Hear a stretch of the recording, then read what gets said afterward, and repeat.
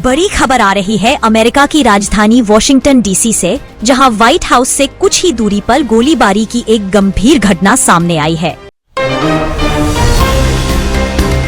इस हमले में नेशनल गार्ड के 2 जवान गंभीर रूप से घायल हो गए हैं। घटना दोपहर करीब 2:15 पर फरागत मेट्रो स्टेशन 17वीं और आई स्ट्रीट के पास हुई। इसी दौरान अचानक फायरिंग शुरू हो गई। हमलावर और सुरक्षा बलों के बीच मुठभेड़ में संदिग्ध हमलावर भी घायल हो गया और मौके पर ही उसे हिरासत में ले लिया गया। कानून प्रवर्तन एजेंसियों ने संदिग्ध की पहचान रहमानुल्लाह लाकनवाल के रूप में की है। वह 29 वर्षीय अफगान नागरिक है जो 2021 में ऑपरेशन एलाइज वेलकम के तहत अमेरिका पहुंचा था। प्राथमिक जांच में माना जा रहा है कि हमलावर ने अकेले ही इस घटना को अंजाम दिया, लेकिन उसकी पहचान और पृष्ठभूमि की गहराई से जांच की जा रही है। इस पूरे मामले की जांच अब FBI संभावित आतंकी हमले के तौर पर कर रही है। इस बीच डिपार्टमेंट ऑफ होमलैंड सिक्योरिटी ने भी पुष्टि की है कि संदिग्ध 2021 में अफगानिस्तान से शरणार्थी कार्यक्रम के तहत अमेरिका आया था।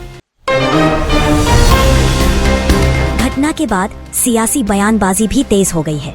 राष्ट्रपति डोनाल्ड ट्रंप ने देर रात अपने संबोधन में इस मुद्दे पर जो बाइडेन सरकार की आलोचना की। उन्होंने दावा किया कि 2021 में बाइडेन प्रशासन ही इस संदिग्ध को अफगानिस्तान जैसे नरक से अमेरिका लाया था। ट्रंप ने संदिग्ध को जानवर बताते हुए कहा कि उसे इसकी बड़ी कीमत चुकानी पड़ेगी। साथ ही उन्होंने घायल नेशनल गार्ड जवानों की बहादुरी की सराहना की। ट्रंप ने यह भी कहा कि बाइडेन सरकार के दौरान अमेरिका आए सभी अफगान नागरिकों की दोबारा जांच की जानी चाहिए और उन्होंने शरणार्थियों को अमेरिकी अस्तित्व के लिए जोखिम बताया। फिलहाल दोनों घायल जवानों की हालत गंभीर बताई जा रही है और सुरक्षा एजेंसियां घटनास्थल की जांच में जुटी हैं। बड़ी खबर आ रही है अमेरिका की राजधानी वॉशिंगटन डीसी से, जहां व्हाइट हाउस से कुछ ही दूरी पर गोलीबारी की एक गंभीर घटना सामने आई है। इस हमले में नेशनल गार्ड के 2 जवान गंभीर रूप से घायल हो गए हैं। घटना दोपहर करीब 2:15 पर फरागत मेट्रो स्टेशन 17वीं और आई स्ट्रीट के पास हुई। इसी दौरान अचानक फायरिंग शुरू हो गई। हमलावर और सुरक्षा बलों के बीच मुठभेड़ में संदिग्ध हमलावर भी घायल हो गया और मौके पर ही उसे हिरासत में ले लिया गया। कानून प्रवर्तन एजेंसियों ने संदिग्ध की पहचान रहमानुल्लाह लाकनवाल के रूप में की है।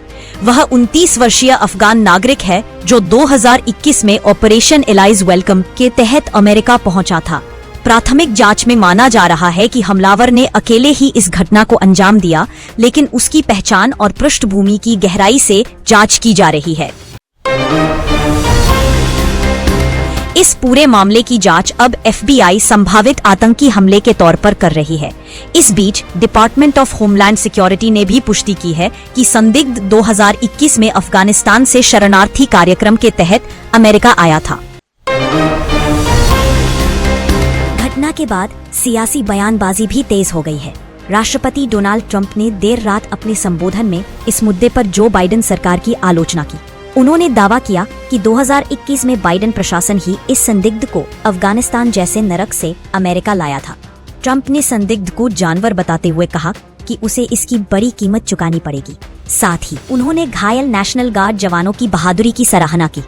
ट्रंप ने यह भी कहा कि बाइडेन सरकार के दौरान अमेरिका आए सभी अफगान नागरिकों की दोबारा जांच की जानी चाहिए और उन्होंने शरणार्थियों को अमेरिकी अस्तित्व के लिए जोखिम बताया। फिलहाल दोनों घायल जवानों की हालत गंभीर बताई जा रही है और सुरक्षा एजेंसियां घटनास्थल की जांच में जुटी हैं।